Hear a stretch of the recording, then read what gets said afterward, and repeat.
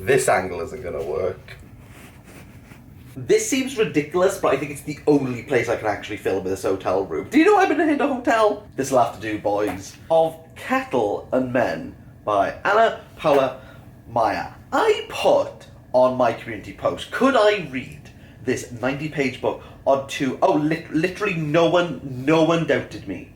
No one doubted that I could do it. Well, I did do it. Isn't that wonderful? Of Cattle and Men follows the story of Edgar, who kills cattle. He works in a slaughterhouse. If you want to be a bit posh about it, an abattoir. Every cow that comes across him is anointed by Edgar. A prayer is said for them by Edgar, and then boom, dead. So would you believe that very early on, when Edgar sees another stunt operator do a fairly sloppy job, an unprofessional job, there's skull fragments everywhere, the stun gun itself, dirty, ugh, disgusting. Edgar does what any other employee would do. He doesn't go to his boss, he doesn't go to the union, he doesn't even go to HR. He just kills the person.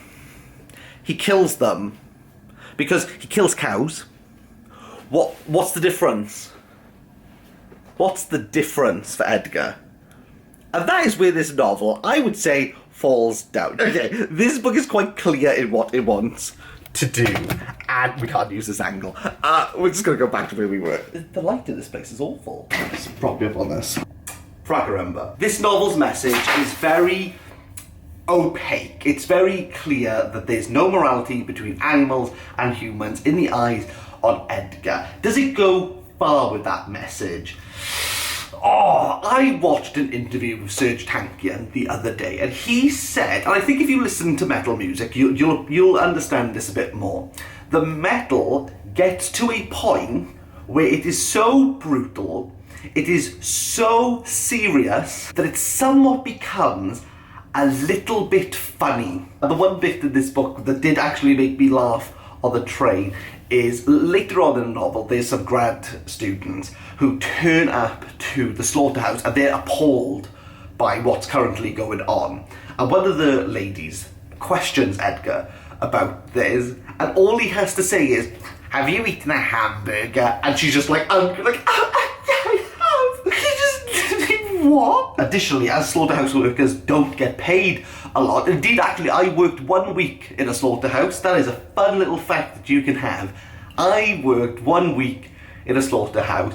It was a unique experience. It was a little bit different to what I had done before. No, let me finish the point I was going to make, and then we'll talk about the slaughterhouse. The slaughterhouse workers are so poorly paid that one of the many side characters, because Edgar keeps killing, almost drowns himself on a daily basis to pick up pennies so that he can afford glasses for his daughter. Again, it's a little bit silly, it's a little bit comical. Again, I think this book is so brutal and takes itself so seriously that it has the opposite effect. Back to the slaughterhouse. It was one of the standout moments for me, how the abattoir workers would talk about kosher and halal killing, being like, oh, it's ridiculous.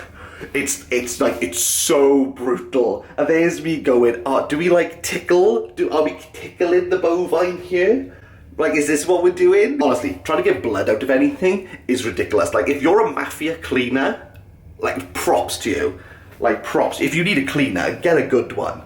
Mate, blood's no joke. Because there's a moment within the slaughterhouse where there is a mix-up in the ruminants between the Lebanese cows and the Israeli cows. Now, the Israelis will not eat Lebanese cows, and the Lebanese won't eat Israeli cows because they have to be slaughtered in different manners. One of them has to be killed in a halal manner, and therefore they have to get a specialist killer to say a prayer for the Lebanese cow. Here we have a direct parallel, or a juxtaposition, you could argue, of Edgar, because he equally says a prayer for the cows. He feels as though he is releasing their souls for a greater purpose, yet we have to consider how Edgar is perceived within this novel. He's a bit nuts. What is currently going on between Israel and Lebanon, especially when you have reference to the Israeli cows move into the land of the Lebanese cows to eat up their grass, whereas the Lebanese won't go in to Israel. I mean, there's a Hezbollah movement that we're not really talking about, but let's not worry about that. We don't have Hezbollah cows. Are there Hezbollah? Imagine if they were Hezbollah cows. There's no such thing as Hezbollah cows. It doesn't matter. There are no Iran proxy cows. We digress, but as things are currently progressing in the geopolitical stage within the Middle East, it's very hard not to draw parallels with what's going on. But again, this book, it takes itself a little bit too seriously, and it somewhat becomes a little bit funny. So much so that the Israeli and Lebanese cows just self-segregate. They don't need to figure out which cows are which, because they already do it. And then Edgar paints the Israeli cows yellow. Interesting choice there, hey? It's definitely no historic moment that we are referencing here. But the problem that I have with this current painting of the cows is that because this book is so short, it doesn't really go anywhere. It feeds you these images that are brutal, they are provocative, they are transgressive, but doesn't actually take them anywhere. It doesn't have the page count to do that. But again, the novel is very staunch within its messaging at the very start that there is no difference between men and humans, and therefore the death of the cows don't really matter, and that we're all complicit within the death. The ending is really wild, and again kind of just throws its arms up and goes, weird things happen, okay bro?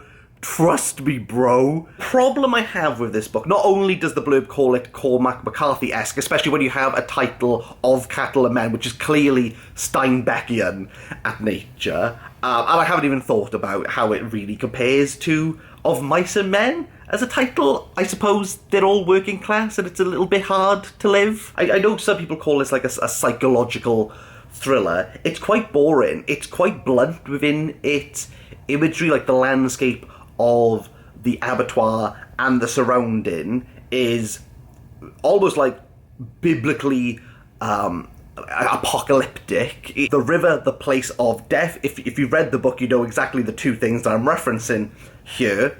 Again, it's all very like in your face, brute force, and almost like a little bit sucker punchy. And I can only describe it like Serge Tankian, that it's so serious and so brutal that it almost undermines itself. It becomes a little bit silly, and I thought this book was a little bit silly. I'm not saying that there's anything like thought-provoking here, or I'm not saying that it's not worth like a deeper analysis, and maybe after a few I think this would work really well in a university. If you gave this book to people in university and went, analyse. Oh, it's my alarm to wake up. Oh gosh, I hope I'm awake in time.